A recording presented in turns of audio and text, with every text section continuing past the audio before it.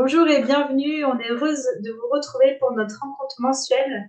On va explorer un sujet du quotidien pour aller vers toujours plus de bien-être. Donc, je suis Diane, réflexologue et esthéticienne spécialisée en nutrition et en phytothérapie. Je te laisse te présenter. Bonjour, je suis Philippa, sophrologue et praticienne en hypnose.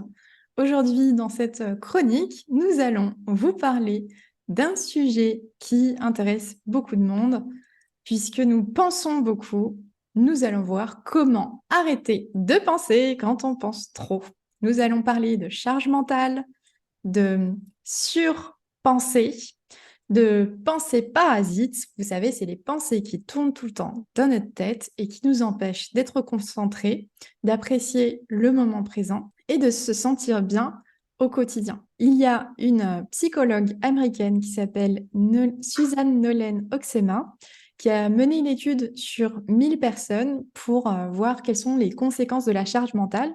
Et elle s'est rendue compte que ça touchait principalement les femmes et que les conséquences étaient de l'anxiété, la dépression et de l'alcoolisme. Donc avec Diane, dans cette vidéo, on va vous donner des astuces pour que vous puissiez alléger votre charge mentale et ça va beaucoup vous intéresser si vous êtes quelqu'un de perfectionniste, si vous êtes quelqu'un qui a tendance à angoisser, si vous vous posez 36 000 questions avant de passer à l'action, ou encore si vous avez des doutes, si vous hésitez quand vous avez un choix à faire.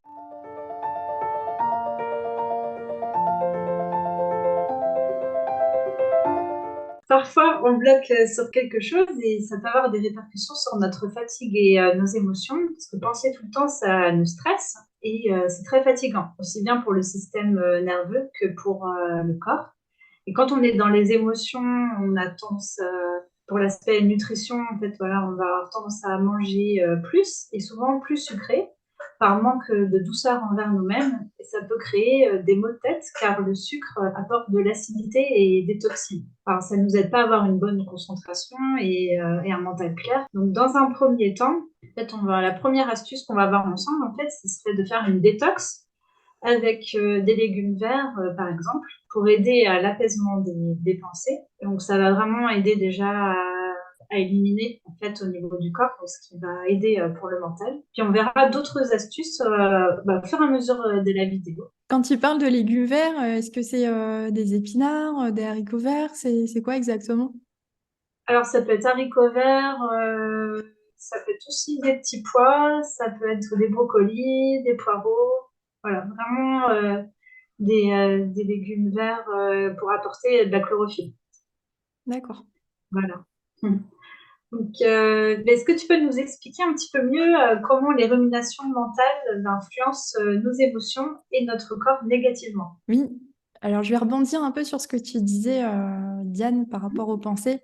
Effectivement, ça a une répercussion sur nos émotions. Je vais vous montrer un petit schéma que je partage. Donc, en fait, quand on a des pensées, souvent, c'est des questionnements en lien avec le passé ou en lien avec notre futur. Je vous donne un exemple pour que vous compreniez bien. Imaginons par exemple une femme qui a un rendez-vous amoureux, c'est un premier rendez-vous avec un homme qu'elle a rencontré sur un site de rencontre. Eh bien, elle va se poser des questions par rapport à cet événement qui arrive à ce premier rendez-vous. Elle va se poser des questions comme par exemple, est-ce qu'il va me plaire? Est-ce que ça va être quelqu'un de bien pour moi? Est-ce que le restaurant va être sympa? Qu'est-ce que je vais mettre comme vêtements? Est-ce qu'il va faire beau ce jour-là, etc. Et donc, toutes ces pensées vont rester sans réponse parce que les réponses, elle va les avoir au fur et à mesure. Et en fait, ces questions, ces pensées, ça va lui créer une charge mentale qui va générer des émotions. Ça va générer par exemple du stress ou de l'anxiété. Et ces émotions-là vont générer de la fatigue physique. Donc, ça va générer d'autres questionnements. Elle va se dire, bah, pourquoi je suis fatiguée? Si je suis fatiguée, bah, je ne vais pas être sous mon meilleur jour, donc je ne vais pas lui plaire, etc., etc. C'est Donc, une boucle en fait. Mm. exactement, exactement. C'est une boucle qui tourne toute seule, qui s'auto-alimente. Donc, sachant que nous avons en moyenne 48 pensées par minute, donc c'est selon une étude scientifique qui a été menée par l'Université de Caroline du Sud. Donc, ça fait 70 000 pensées par jour. Vous imaginez s'il y a des pensées qui viennent se Rajouter. rajouter. Mm. Déjà, 70 Ah 000 oui, pensées, c'est énorme. Mais ça, c'est quand on n'a pas de pensées parasites, quand on n'a pas de charge mentale. ouais, c'est impressionnant. Parce qu'en fait, la plupart de nos pensées sont inconscientes, donc en fait, on s'en rend même pas compte. Et il y a aussi des charges, des pensées qui nous créent de la charge mentale dont on se rend pas compte parce qu'elles s'auto-alimentent, hein, elles rentrent dans cette boucle-là. Donc la bonne nouvelle, c'est que vous pouvez sortir de la boucle pour calmer le mental et donc pour vous décharger. Et donc la deuxième astuce, c'est de se reconnecter à l'instant présent. Comme ça, vous n'êtes ni dans le passé ni dans le futur, vous êtes juste dans le présent. Et dans le présent, vous n'avez pas tous les questionnements en lien avec ce qui s'est passé ou en lien avec ce qui pourrait se passer. Je vous propose de faire un petit exercice qui s'appelle l'exercice des 5 sens. C'est une technique qui est beaucoup utilisée en sophrologie, qui marche très bien pour la plupart de mes clients qui pensent beaucoup et qui ont du mal à se concentrer. Et ça permet de se recentrer donc sur l'instant présent. Je vous propose tout simplement d'observer ce qu'il y a autour de vous et de nommer mentalement toutes les couleurs que vous voyez.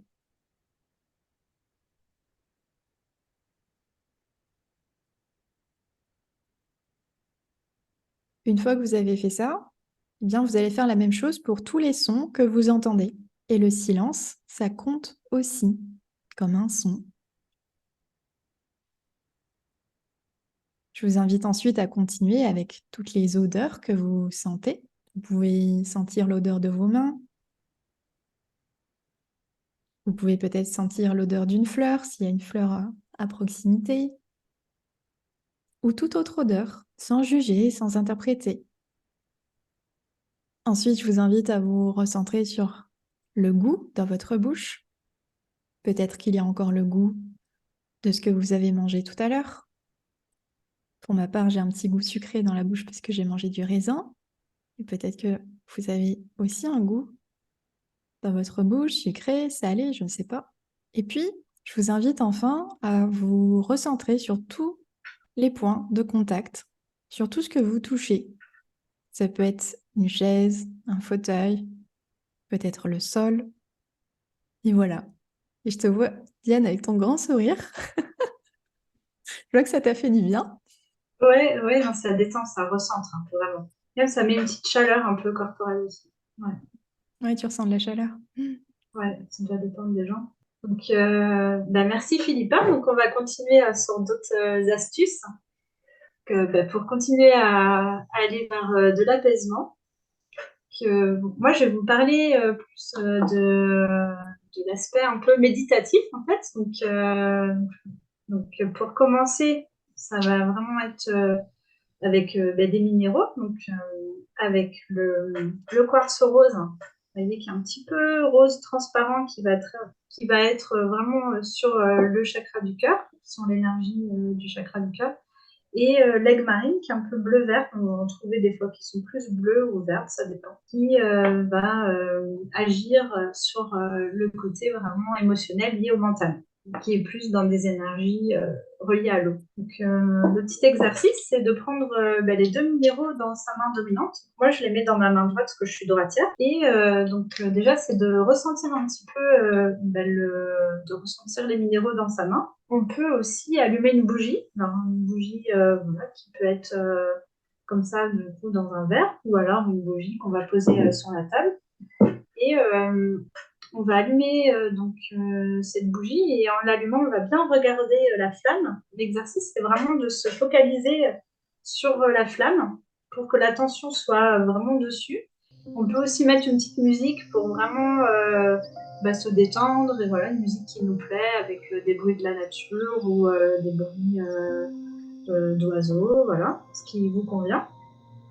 Et donc, on va vraiment fixer toute son attention dessus. Et petit à petit, on va ressentir en fait que le mental se relaxe, en fait, on va être un peu plus détendu. Donc, on peut mettre ses mains comme ça vers le ciel.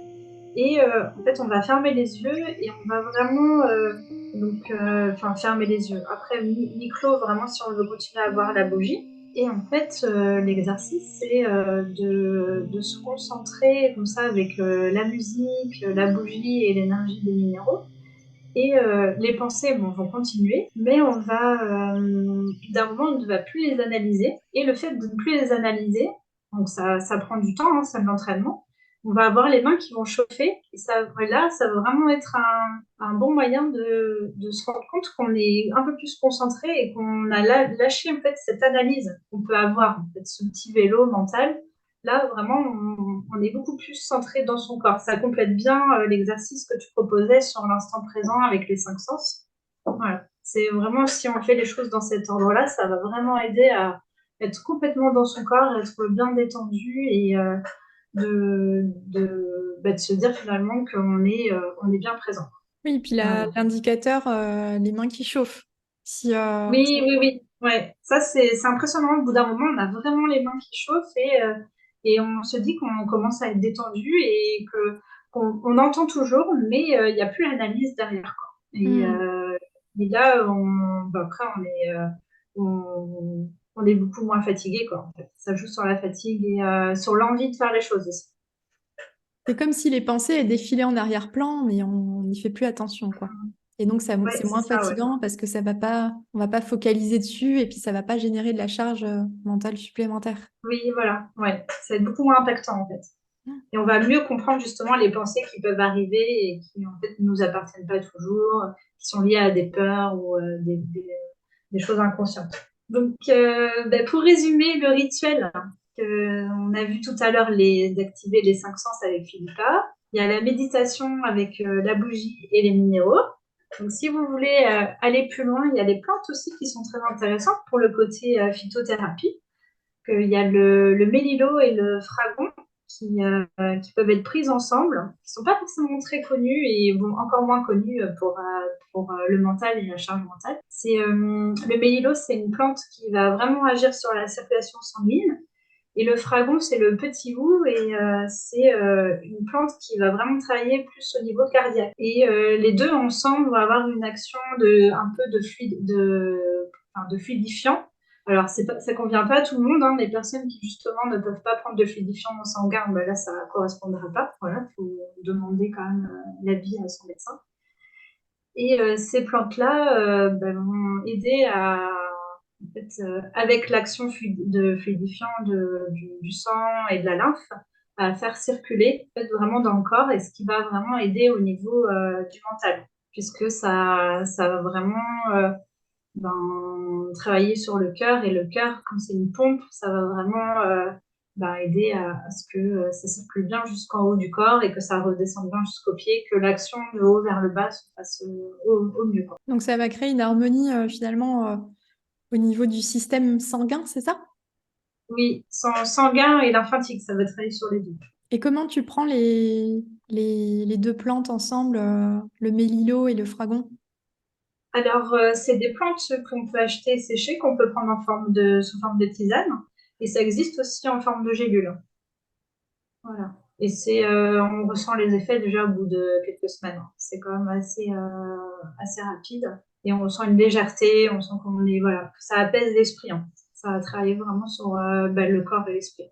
Donc, puis ça aide vraiment à être bien présent dans son corps et ça va redonner de l'énergie. Puis il y a aussi des techniques de massage qui sont intéressantes. Il y a la relaxation coréenne et la réflexologie plantaire. La relaxation coréenne, ça se fait habillé. Ça va vraiment être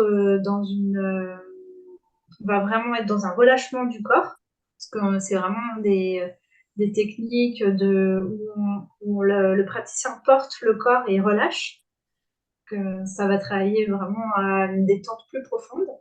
Et la réflexologie plantaire, ça va vraiment ramener l'énergie dans les pieds et faire circuler aussi, en fait, que ça remonte bien dans les jambes pour la circulation sanguine.